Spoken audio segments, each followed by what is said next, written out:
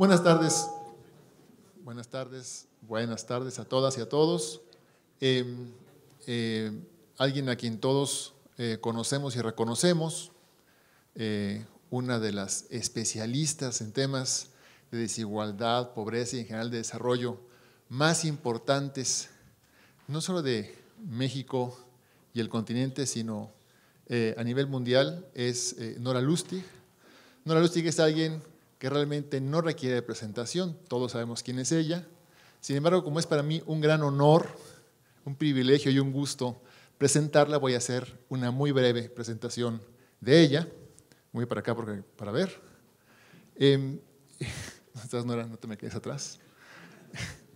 Es Samuel Z. Stone, profesor de Economía Latinoamericana y dirige el Instituto Compromiso con la Equidad en la Universidad de Tulane en Nueva Orleans. También es investigadora asociada no residente del Centro para el Desarrollo Global y el Diálogo Interamericano en Washington, D.C. La investigación que actualmente realiza se concentra en valorar el impacto del gasto social y las estructuras tributarias sobre la desigualdad y la pobreza en más de 30 países alrededor del mundo, así como en los determinantes de la distribución del ingreso en América Latina. Asimismo, forma parte de la Comisión para la Medición del Desempeño Económico y el Progreso Social, la llamada Comisión Stiglitz-Sen-Fitoussi, la 2.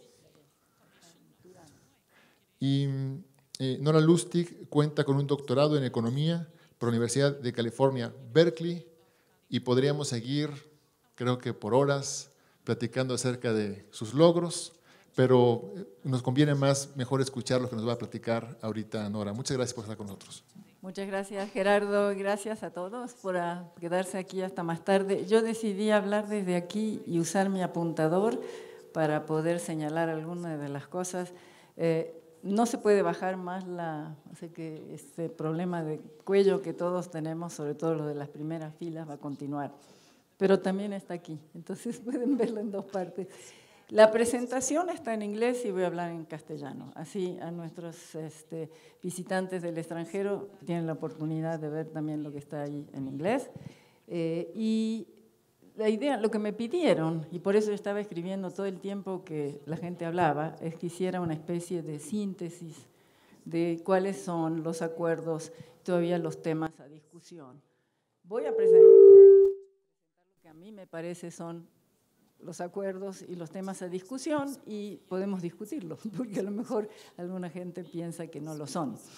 Y una cosa interesante que me pareció de este evento es que en general cuando yo voy a reuniones sobre desigualdad, hay mucha más discusión sobre desigualdad de qué se está midiendo, sobre la variable, o sea, horas y consumo, ingreso, y muchas horas también sobre el indicador, si el Gini, si el ratio, si el top one, el tile, hay mucha discusión de ese tipo. Acá nos hemos concentrado principalmente, yo diría, en cuál es la variable para medir el bienestar que queremos, pero sin mucha disputa, hay cierto consenso ahí.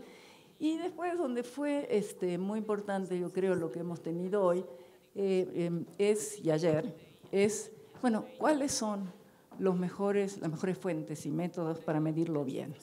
Ya sabemos que queremos medir, podemos tener varios indicadores, pero no estamos seguros de cómo medirlo bien, ¿no? Entonces, yo resumí la pregunta de este evento en esta pregunta, ¿no? ¿Cuáles son las...? ¿Estoy hablando muy cerca o qué? El micrófono, no puedo caminar, entonces me quedo acá. ¿Cuáles son las variables de bienestar, fuentes y métodos que tienen mayor probabilidad de producir, no estoy cerca, una distribución del ingreso, el nivel y su evolución, de manera comparable entre países y en el tiempo, ¿no? Acá nos enfocamos en cuanto a México, cómo medirla bien en México, pero tuvimos también las presentaciones de lo que se está haciendo para hacer comparable a nivel internacional, que yo creo que es muy importante porque uno siempre quiere saber cómo está en relación al resto del mundo. En relación a variables, Yo creo que hay mucho acuerdo en este grupo. Me parece que a todo el mundo le gustaría medir las tres variables. No hay una especie de fundamentalismo que solo el consumo, que solo el ingreso, que solo la riqueza. Idealmente queremos tener las tres. Las tres son importantes para decirnos cuál es la situación por la que están pasando los hogares en los países del mundo. Creo que también llegamos a una conclusión que es importante poder medir la distribución antes y después de la acción del Estado en términos de su política fiscal.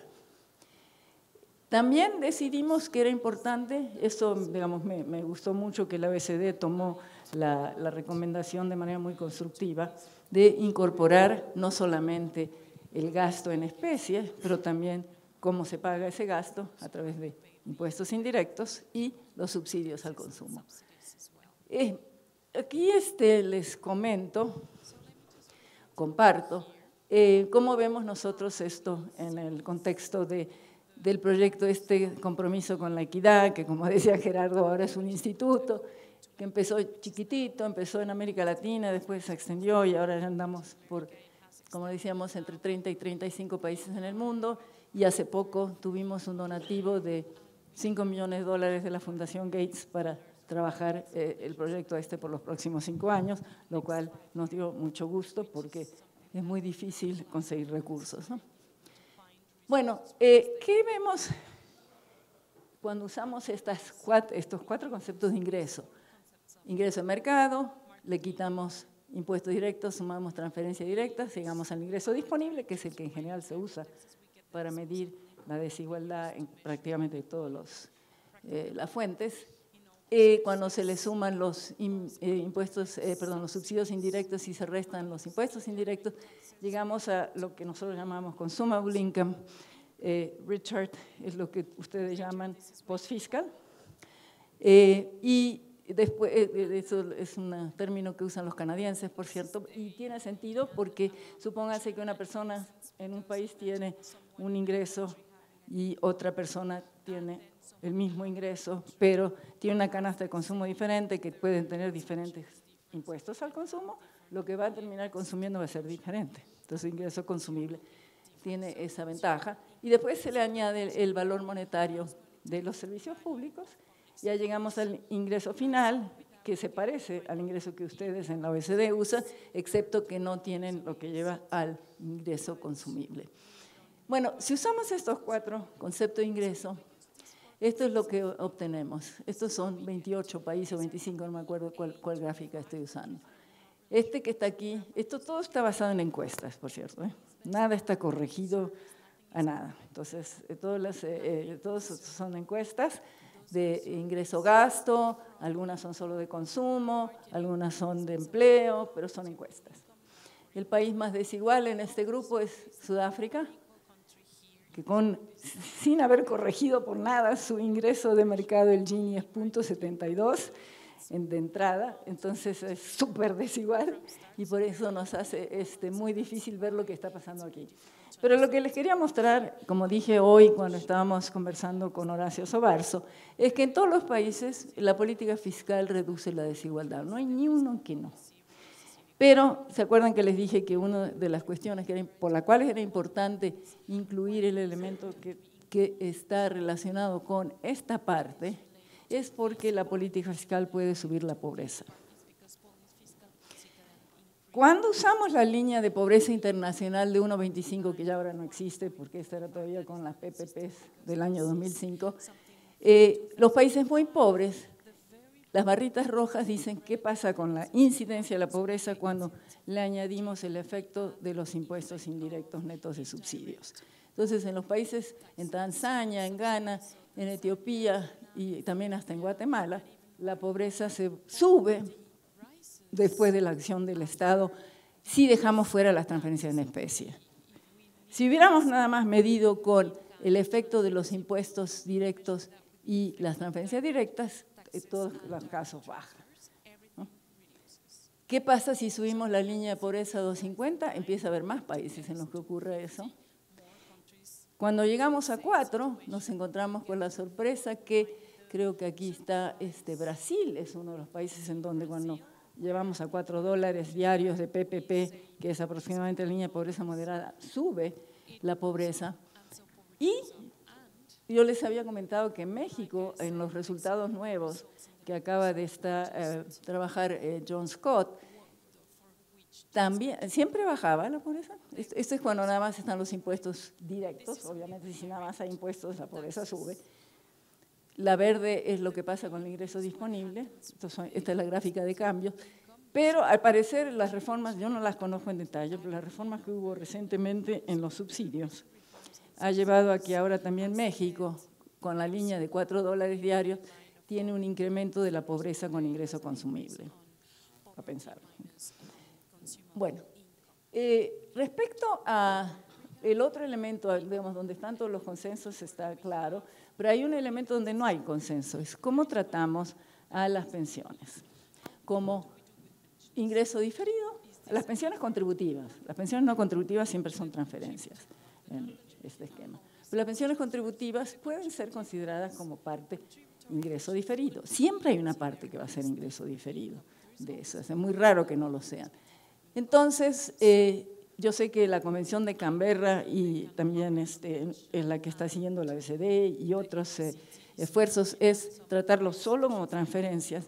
Yo les sugeriría que hicieran lo que decidimos hacer nosotros, las dos maneras, porque hay efectivamente una gran discusión, entonces como todavía no se sabe cómo calcular realmente el componente redistributivo de las pensiones contributivas, tal vez lo mejor es decir, estas son las dos opciones y este es el extremo. ¿Y por qué es importante eso? Miren, aquí tengo yo todos los países en desarrollo para los que tenemos resultados, Estados Unidos, que también es parte de nuestro estudio, ese es el artículo que te pasé, Dave, y es la Unión Europea, 28 países, van a ser uno menos, pero todavía eran 28, donde estos son cálculos de Euromod, que hacen esto todos los años para ver qué pasa con la redistribución. Las barras azules son cuánto cambia el Gini de ingreso de mercado a ingreso disponible, si yo supongo que las pensiones son ingreso diferido, y las barras rojas es si las supongo totalmente como transferencias. Fíjense lo que en la mayor parte de los países en desarrollo no hace mucha diferencia porque las pensiones son una parte muy pequeña, porque la seguridad social es muy pequeña y además la población es relativamente joven. Excepción es mi país de origen, porque yo tengo dos, Argentina y México. Mi país de origen tiene una población envejecida, entonces ahí hace diferencia. Pero ¿dónde hace una diferencia brutal? O sea, nosotros siempre vimos, uy, Europa distribuye 20 puntos de Gini. Si distribuyen 20 puntos de Gini, si consideramos que las pensiones son transferencias. Si consideramos que son ingreso diferido, distribuye 11. Entonces, ya digamos, sigue siendo mucho más que los países pobres, pero mucho menos de lo que nos imaginábamos. ¿Y por qué pasa eso? Porque cuando nosotros suponemos que es una transferencia pura, en Europa, todas las personas de tercera edad jubiladas en general tienen un ingreso cero o casi cero, entonces aparecen como pobres. Entonces, obviamente, hay una gran distribución. Entonces, por eso yo propondría que traten de verlo de las dos maneras y qué impacto tiene esto en el cálculo de distribución. Ok. Made my case. Bueno, ahora, siguiente tema de discusión que hubo en esta conferencia eran las fuentes y los métodos para la medición. Ok, fuentes. Fuentes, en realidad, bueno, hay las encuestas de ingreso, las encuestas de ingreso-gasto. Por cierto, la mayor parte del mundo, América Latina es la única que solo tiene considerablemente encuestas de ingreso. La mayor parte del mundo tiene encuestas de consumo, de gasto, ¿no? Entonces, lo cual genera ciertas complicaciones también para los cálculos que nosotros queríamos hacer y que queremos hacer a partir de la discusión que tuvimos aquí, y mide consumo. Después también están las encuestas de empleo, también las Demographic and Health Surveys, nadie las mencionó, pero sí se usan también en países en desarrollo, y otros. Están las cuentas nacionales, están los registros administrativos, que pueden ser las declaraciones de impuestos, y también lo que reportan los empleadores de lo que le han pagado a los empleados y cuánto impuesto han pagado. No hablamos nada, me pareció a mí, de censo. No sé por qué, a lo mejor porque México no se está teniendo mucha confianza por las discusiones que ha habido, pero no hemos mencionado si el censo es una buena fuente también para checar, digamos. Bueno, y también me pareció que era importante mencionar que hay una tensión. Si uno es un analista, está interesado en la verdad, ¿no? Entonces, bueno, ¿cómo hacemos para encontrar lo que más se aproxima? Si lo que tenemos no es muy confiable, hacemos miles de pruebas de robustez, entonces tenemos una especie de ensamblaje de cosas que dice, mire, está acotado, sí bajó, pero bajó así, si supone esto, y bajó mucho menos, y a veces no baja. Bueno, esto es algo que para el policymaker, para el funcionario público, no le sirve, porque el funcionario público tiene la preocupación de tener credibilidad, entonces si dice, oye, esto y que el rango y no sé qué, la credibilidad se pierde, y también necesita tener información para tomar decisiones, o son 20 millones de pobres o son 30 millones de pobres, es muy diferente en términos de cuánto presupuesto les tengo que asignar a mis programas de combate a la pobreza, ¿no es cierto? Entonces, se crean tensiones entre querer experimentar y aceptar que hay incertidumbre y la necesidad de simplicidad y coherencia, ¿no?, en el discurso. Ahora, nosotros los investigadores tenemos la labor de seguir diciendo hay incertidumbre y tenemos que seguir haciendo pruebas de robustez. Y lo que le podemos decir a los que tienen que tomar decisiones es, este es el rango que tienen y esto es lo que pasaría si hacen esto y esto es lo que pasaría si hacen esto otro. Y eso es lo que podemos hacer. Ahora, nosotros, por lo menos mis obsesiones, y yo creo que la de aquí también ha sido de muchos esta, son, bueno, una de las primeras que tuve, que no se habló mucho acá, es la inconsistencia entre los resultados que se tienen de diferentes bases de datos de desigualdad a nivel internacional.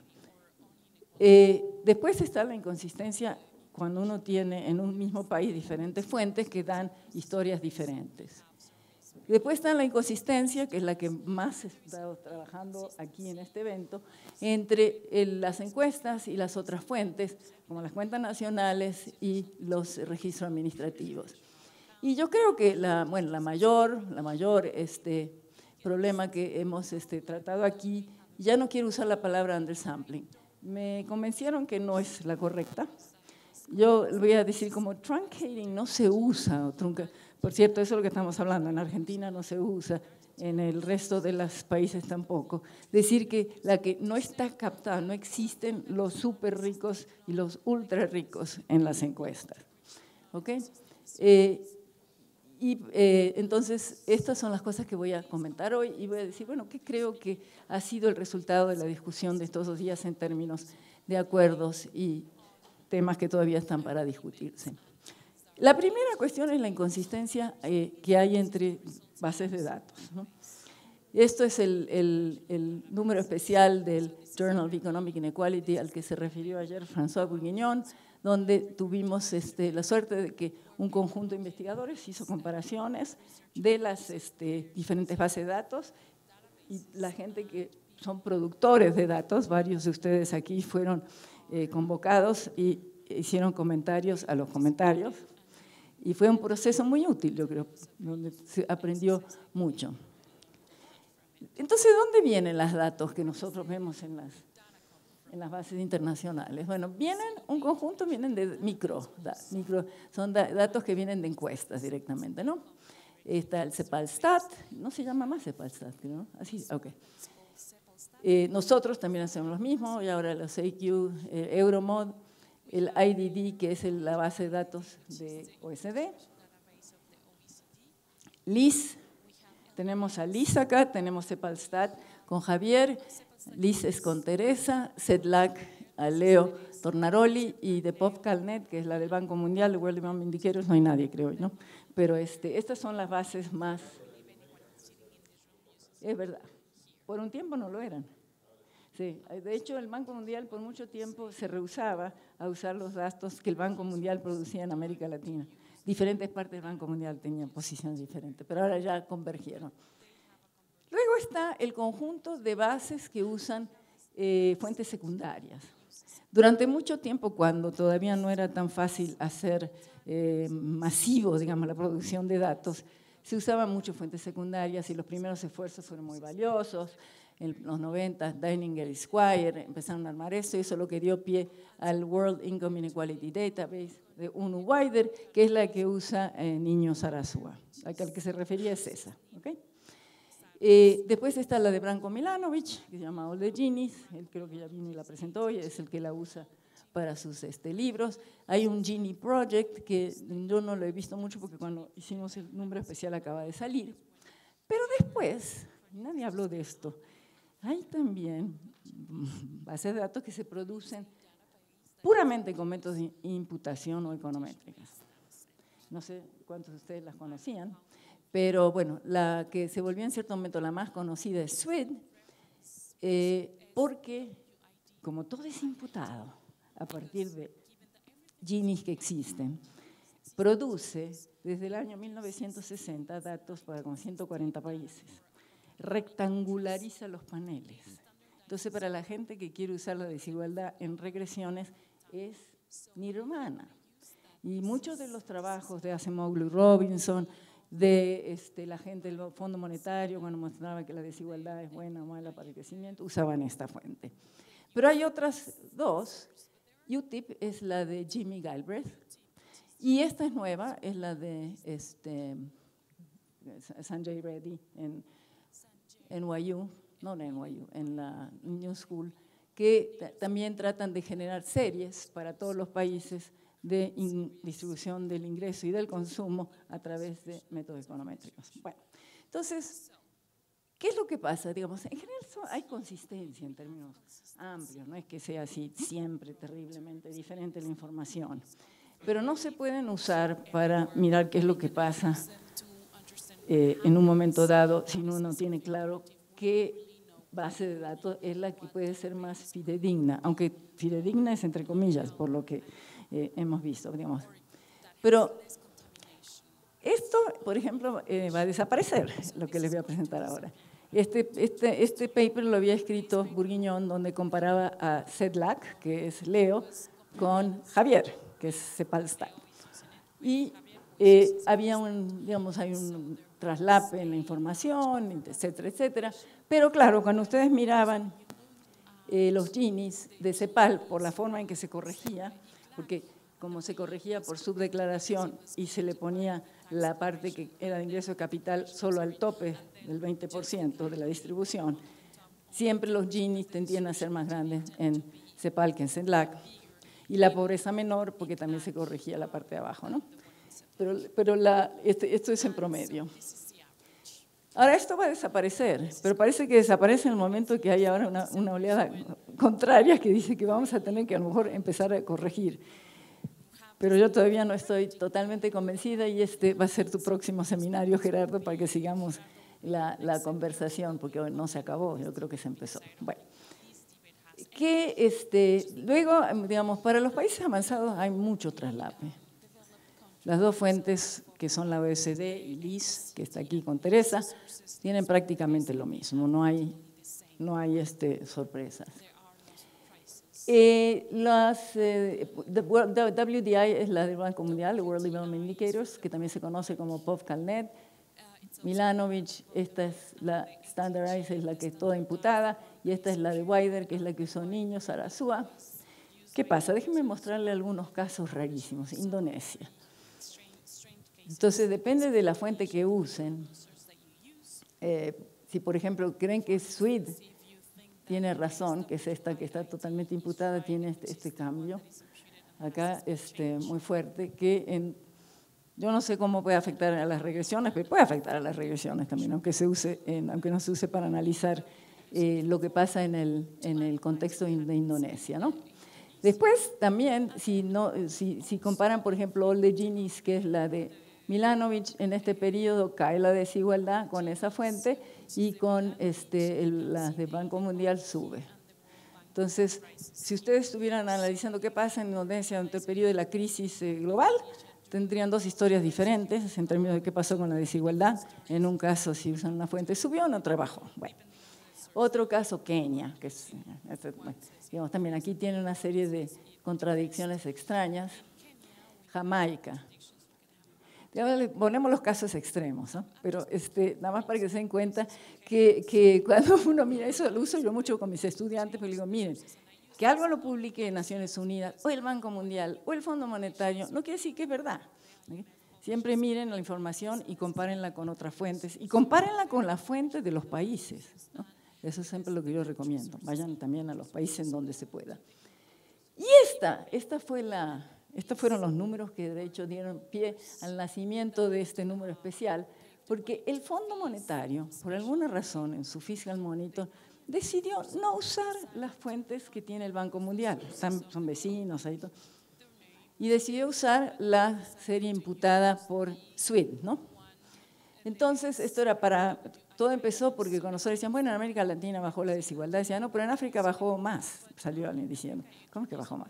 Nos dijeron, entonces los datos del Fondo Monetario mostraban que había bajado más. Pero fíjense que las dos versiones, esto es Banco Mundial, esto es lo que publica el fondo, fíjense las contradicciones que hay. El único caso que prácticamente hay cero contradicción es Senegal, ¿no? O hay diferencias de dirección o grandes diferencias en el nivel del cambio. Bueno, entonces, ¿qué hacer con esto? Estas son mis conclusiones, porque esto no se discutió aquí, ¿okay? Lo dejo como un tema para que ustedes lo reflexionen.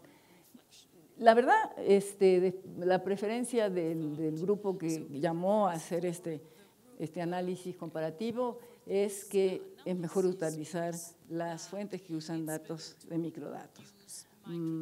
Ya que existen, ¿por qué usar fuentes secundarias? Y las imputadas hay que tratarlas con sumo cuidado. La otra es que mejor no ajustar estas fuentes, son las encuestas, por subdeclaración, para las comparaciones. Y hay otras cosas que es importante chequear a ver cuánto se hace. Imputar el autoconsumo y la renta. Ah, por cierto, ahí discrepo de lo que dijo Miguel. ¿Dónde estás, Miguel? Ahí. De que no habría que imputar la renta de la propiedad porque no es un nivel de bienestar. Pero piensa en dos personas que tienen exactamente el mismo ingreso. Una persona no tiene que pagar nada porque es dueña de su casa y la otra tiene que pagar entre 30 y 40% de su ingreso en alquiler. Obviamente tienen niveles de ingreso, de bienestar muy distintos. Entonces, uno de los durables que sí hay que tratar de captar el servicio como parte como parte de definición de bienestar. El tratamiento de la no respuesta, esto aquí es interesante porque vemos que México es el único que por ahora no está imputando la no respuesta por ítem, que es una práctica general y que a lo mejor convendría que se adopte también, dado que lo están haciendo todos los demás países. Tener definiciones homogéneas del hogar. Nuevamente yo digo que en lugar de pelearnos de que ahora, por ejemplo, hay una crítica muy grande a las encuestas de América Latina que tendrían que medir consumo. Entonces, la tendencia puede ser que nada más midan consumo. Entonces yo digo, ojo, no, ¿sí? Midan ingreso y consumo. Y eventualmente ojalá se pueda medir también riqueza, ¿no? En la discusión si tiene que ser per cápita o por adulto o por ingreso, ¿cómo le dicen en español? Ingreso equivalente. Yo siempre propongo, ¿por qué no mostrar los dos?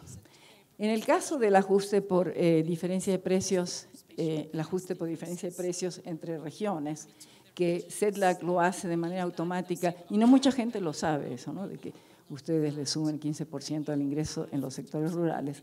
También yo recomendaría que se hicieran las dos cosas, ¿no? Porque como otros no los hacen, mostrar qué pasa si no se hace ese ajuste sería importante. Bueno, ok.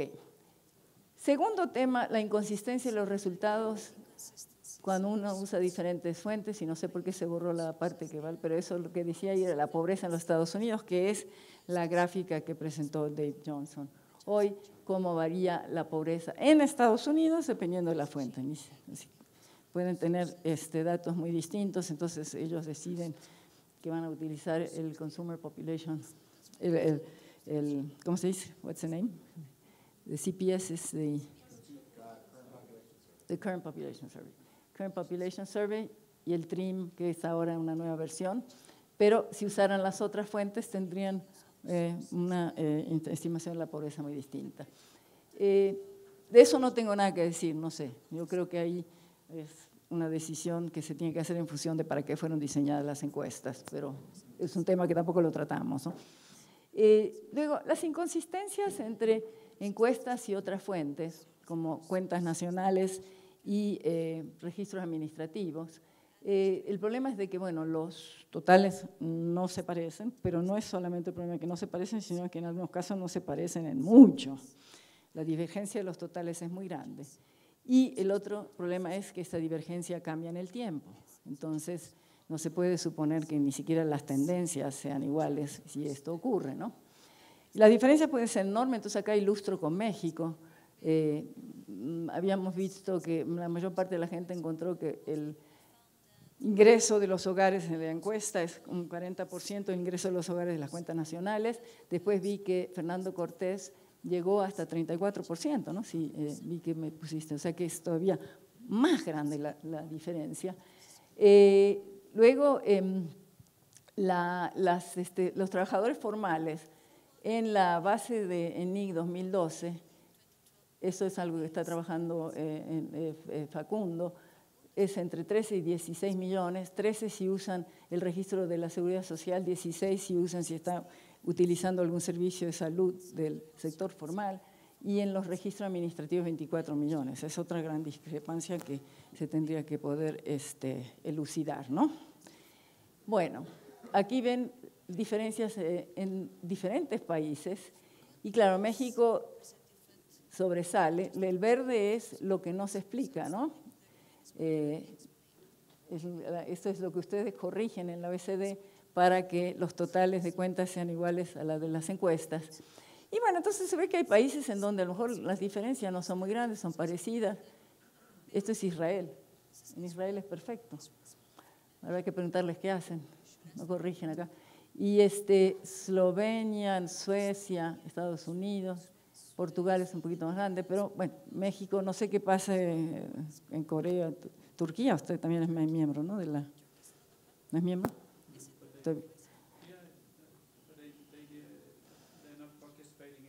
Ok. Bueno, entonces, esto se los muestro con mucho énfasis porque es lo que a mí me hace tomar cautela en los procesos de corrección. Tenemos mucho de lo que no sabemos todavía, ¿no? Entonces, tenemos que tratarlo con cautela. Y lo mismo pasa con consumo, por cierto, no es solamente para ingreso, ¿no? No se acuerdan, esta es la gráfica, la tabla que mostró François, en donde él muestra las discrepancias que hay entre los surveys y las cuentas nacionales y cómo esta va variando en el tiempo usando a Chile. Yo hablo del problema de las dos economías. Sinceramente, tenemos una economía cuando usamos encuestas y tenemos otra economía cuando miramos cuentas nacionales. Y cómo las vamos a… Porque no es nada más el problema de los ingresos, también vamos a tener problema en asignar montos a cuánto hay de transferencias, cuánto hay de impuestos, cuánto hay impuesto indirecto, cómo valorar cada uno de los elementos componentes de la política fiscal. Bueno, entonces la pregunta, que yo no llegué a un consenso, no creo que haya un acuerdo. Hubo un gran acuerdo en este día entre las personas que estaban presentando los resultados para México, pero ayer en realidad la postura fue casi la opuesta en las presentaciones que hicieron los que están manejando las bases de datos internacionales, de que mejor por ahora no, con excepción de la OECD, que lo está haciendo en este proyecto de tratar de reconciliar, pero creo que estarían de acuerdo todos que tenemos que definir con claridad en qué momento un país está listo para eso, para poder decir, este dato es el que tenemos que utilizar. Y después, bueno, ¿contra qué totales vamos a? Por ejemplo, yo no me había dado cuenta hasta que ayer Jared mencionó que DINA, que es el enfoque de Piketty para crear los Distributional National Accounts, utiliza ingreso nacional en lugar de ingreso de los hogares, que es lo que usa la OECD. Habría que ver por qué decidieron hacer eso, pero obviamente cambia también los resultados. Después, ¿qué conceptos de ingreso hay que generar? Acá nuevamente insisto que es importante no llegar solo hasta disponible, pero también hasta consumible y final, y tratar el ingreso de mercado en sus dos versiones, con las pensiones como transferencia y las pensiones como ingreso diferido. Pero esas son cosas para comentar. Bueno, ahora, ¿qué hacemos con la cuestión de la ausencia de lo que pasa en el tope? Ya sea porque no están los ricos, porque si están no contestan, o si contestan dicen que es poco. Son las tres, dicen menos, ¿no?, de lo que en realidad ganan. Los que empezaron a trabajar esto son sinceramente el grupo de Atkinson, Piketty, Saez, hace muchos años. En el año 2005 ya existía su página llamada de Top Incomes, pero no era muy conocido. Yo me acuerdo que yo siempre se presentaba esos resultados y prácticamente nadie se enfocaba a eso. Ha habido un cambio radical en términos de la importancia que se le ha dado al tema del ingreso en el tope. En parte yo creo que es generada, bueno, Piketty obviamente con su libro generó mucho interés, pero empezó antes, cuando se empiezan a ver resultados que la gente ya no los cree, ¿no? Eso es lo que lleva a este proceso, ¿no? Y ahora tienen esta nueva base de datos que es la base, creo que es WWID, la World Wealth and Income Database, donde están recogiendo toda la información y van a ir generando las DINAs que a ti, Valentín, te interesa. Pero le estaba comentando a Miguel que ellos sí tratan de generar toda la distribución, y el paper que hicieron Alvaredo, Londoño, Vélez, Percepto, lo hicieron para el Instituto de Tulane, sí mide toda la distribución y calculan Ginis antes de ajustar y después de ajustar y en el tiempo, ¿no? Entonces, eso lo tratan de hacer para la mayor parte de los países que pueden. Bueno, yo creo que estamos todos de acuerdo en que es importantísimo que hagamos algo para ver cómo corregimos por la ausencia de los ricos, su falta de respuesta o su subdeclaración. Y también creo que, no hablamos mucho de esto, pero la presentación de Gerardo estaba enfocada a decir, bueno, también tenemos que trabajar on the ground, a nivel de dónde se recogen los datos, que es mejorar cómo se recoge la información que empieza en el proceso de entrevista, ¿no? Entonces, ahí yo creo que le hemos dado poca importancia y probablemente es fundamental en muchos sentidos. Yo no sé si eso nos va a ayudar a medir el tope, pero definitivamente nos va a ayudar a medir mejor el resto de la distribución, ¿no? Entonces, eso hay que seguirlo haciendo, ¿no? Ahora, cuando nosotros queremos… No me quedó claro una cosa, lo dejo aquí para a lo mejor ustedes, si hay preguntas y respuestas, me lo pueden comentar. Los que están haciendo las correcciones, todos, que hoy mostraron, si tuvieran acceso a los datos de impuestos, ya sea las declaraciones, lo que reportan las empresas, ¿seguirían prefiriendo usar las cuentas nacionales o harían más lo que comentaba ayer François, de decir, ok, yo digo, esta parte que está todo en mis declaraciones impositivas, se la asigno a ciertas porciones de la distribución? El caso de que Jenkins para Inglaterra hizo varias hipótesis, se lo asigno al 5% más alto, al 10% más alto. O digo, mi encuesta llega hasta el punto 99 y se lo asigno todo al 1% más alto. Si hubieran tenido la opción de tener acceso a esos datos, ¿hubieran preferido hacerlo con esos datos o hubieran seguido la pauta que siguieron hasta ahora? Se los pregunto, porque no me quedó claro. Yo, ahora como desde donde yo estoy, preferiría tratar de seguir trabajando con información que existe a nivel microdatos.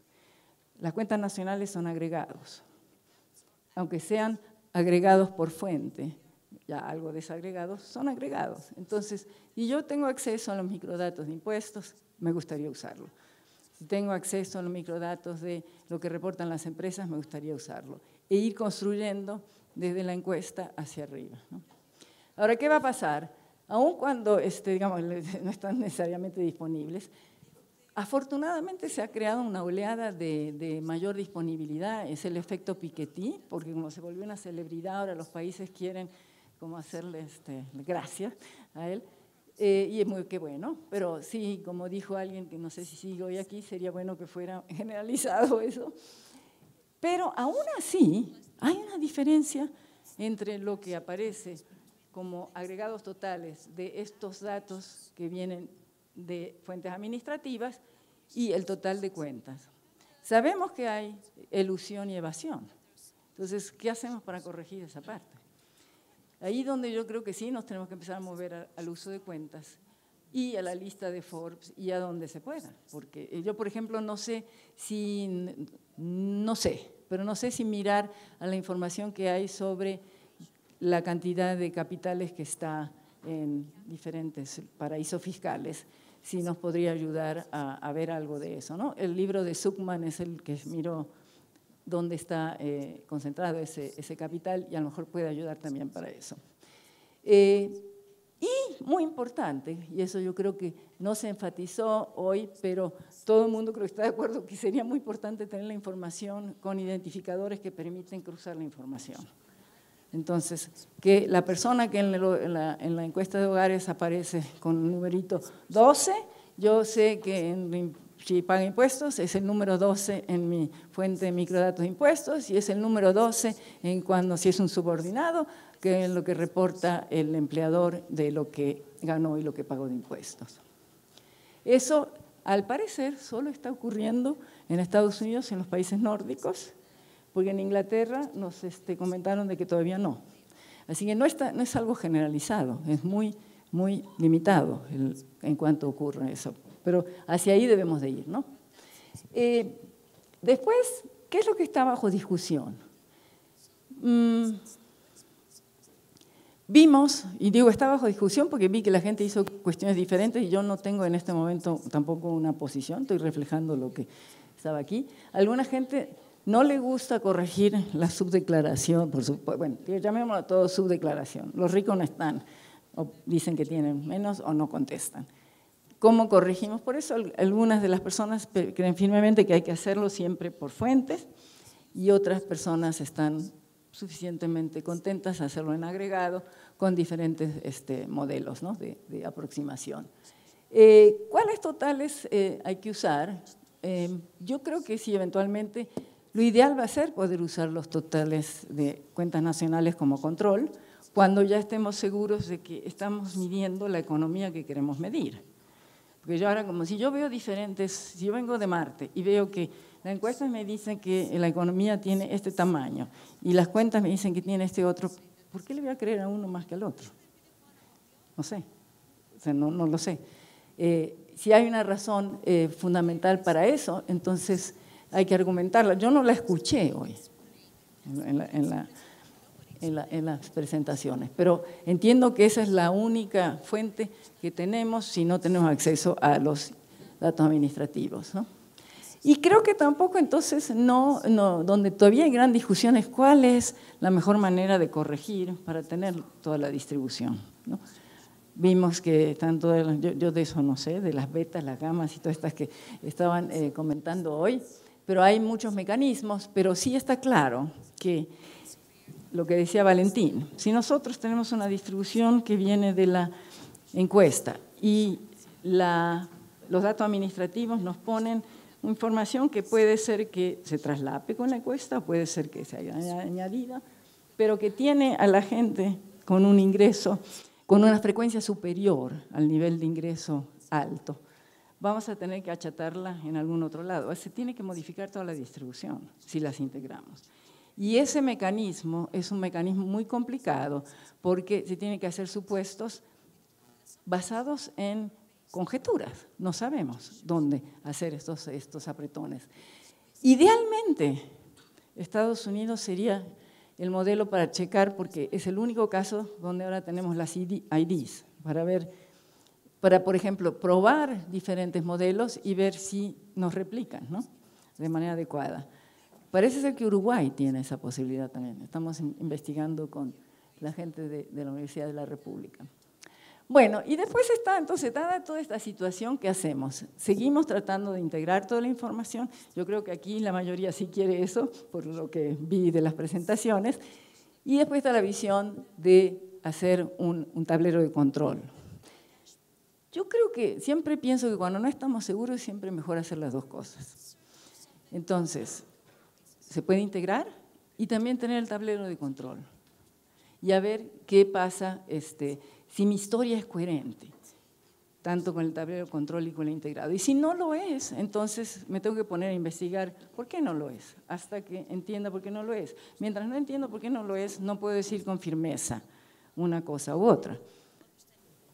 Bueno, ¿qué pasó hoy con lo que yo estaba tratando de hacer una síntesis también? Lo que está en rojo no es que esté mal, sino es que no tengo yo la información, no estoy segura, y no hubo oportunidad de confirmarla en las preguntas, pero creo que esto sería bueno tenerlo como parte de la memoria para que vean cuáles son los resultados que aparecen en todos estos ejercicios de corrección. Y lo que está clarísimo es que sube muchísimo el Gini, de alrededor de 0.4548 a 0.6 y hasta 0.7. Lo que no está claro es, no en todos los casos, la tendencia y la desigualdad cambia, ¿no? Vimos yo no sé, no me acuerdo qué dijo Miguel Niño, si quedaba constante o no, eso me quedó duda, no sé si alguien, que bajaba, ok. Entonces hay dos que dicen que baja, que creo que Bustos y Niño, y los demás dicen que sube, y hay dos que no dijeron nada, que creo que Valentín y Miguel, porque no lo tienen en el tiempo, ¿no? Son datos de un momento en el tiempo hasta ahora, ¿correcto? Bien. Entonces, este es el resultado que viene de las presentaciones de hoy. Gerardo ya me dijo que su Gini es como 0.6 o algo para uno de los años en que lo calculó, porque me faltaba ahí, pero después los agregamos, ¿no? Entonces, ese es el resultado de esta conferencia. Pero para volver entonces, digamos, nosotros tendríamos estos resultados. Bueno, cuando se pueda tener acceso a toda la información administrativa, entonces a lo mejor sería muy interesante hacer también el tablero de control. ¿Qué pasa con la encuesta? ¿Qué me dicen los datos administrativos? Veo si puedo integrar algunas cosas de una manera sencilla. Esto viene de François, eso era la recomendación de él. Y usar las cuentas nacionales como un consistency check. Les doy un caso que se lo he contado a varios de ustedes.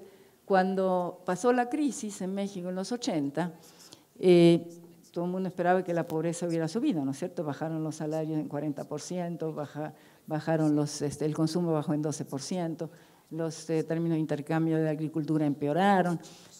Y de repente sale la encuesta del 89 y sale que la pobreza cayó entre 84 y 89. No sé cuánto, a lo mejor ustedes eran muy chiquitos algunos porque no lo sabían. Entonces ahí uno dice, no, esto no checa, porque todos los demás datos del contexto económico me decían lo contrario. Entonces obviamente hay un problema con la encuesta. Entonces utilizar el contexto para ver si tiene sentido es muy importante, ¿no? Eso, sería, digamos, la recomendación. Tratar de seguir haciendo integración, pero también tener el tablero de control.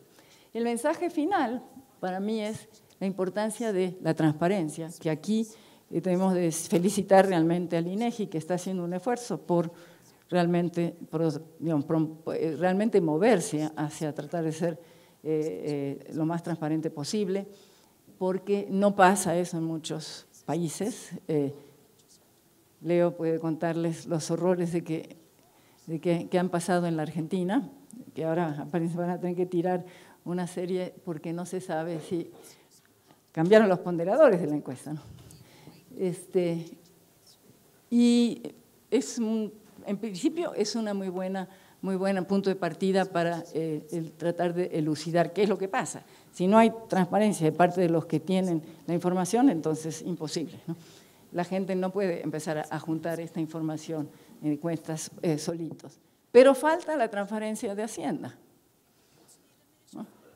Porque no está dispuesto a compartir los datos de la parte impositiva. Entonces, ese es el lado donde hay que insistir. No sé muy bien a través de qué mecanismos legales, Gerardo no sé dónde anda, pero ¿ya se fue? Bueno, entonces, porque con él hemos comentado, a ver si a través de las leyes que se están discutiendo ahora se puede hacer. La segunda cosa es que yo creo que hay que aceptar la incertidumbre, porque no necesariamente vamos a tener la firmeza. La tercera está asociada a la transparencia, que es garantizar el acceso de manera permanente. Y la cuarta, yo creo que hay que, digamos, dada esa enorme discrepancia, que es incluso más grande que en otros países de América Latina, entre los datos de las encuestas y los de cuentas, valdría la pena hacer un módulo de investigación dentro del INEGI para tratar de elucidar qué puede estar ahí, ¿no?, detrás. Porque si no, sí va a ser siempre muy complicado el ver cómo podemos integrar las dos fuentes. Y aquí termino, muchas gracias. No sé cuánto me pasé.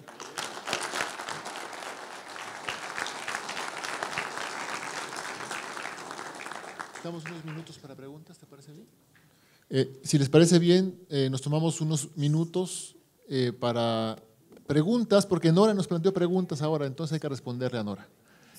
Y posiblemente algunas preguntas que ustedes tengan para Nora. Les pido, por favor, ser muy breves en sus intervenciones, porque ya estamos muy por encima del tiempo.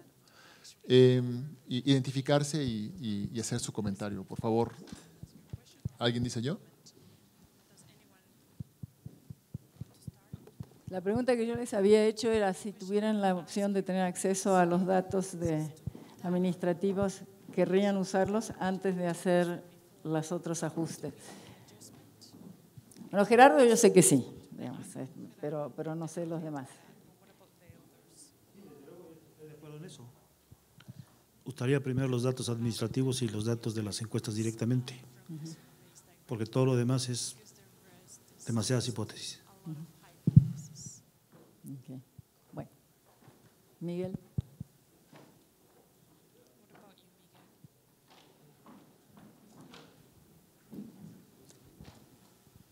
Sí, para el caso de nosotros también, porque nosotros usamos ingreso primario y luego ingreso secundario, y en la parte de ingreso secundario es más bien la incidencia impositiva, nos quedamos solamente en el impuesto sobre la renta, y una de las tareas pendientes es llegar precisamente a la incidencia, o sea, cómo pega lo que sería el impuesto al consumo y el impuesto, por ejemplo, sobre productos y servicios.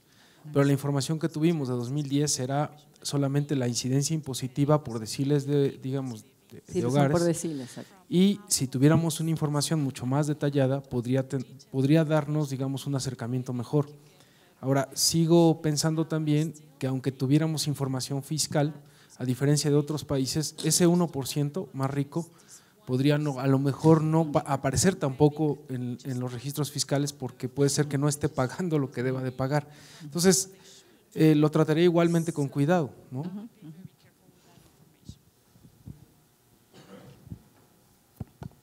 A ver, a mí sí me gustaría conocer los datos administrativos, pero yo seguiría con la encuesta. Yo creo que la encuesta da información para conocer muchos aspectos más que no te dan los registros administrativos y concretamente los Perdón, impuestos. no, la pregunta no era encuesta versus administrativos, sino la corrección de la encuesta, si se haría primero con datos administrativos antes que cuentas nacionales. No, yo seguiría haciéndola con cuentas nacionales primero.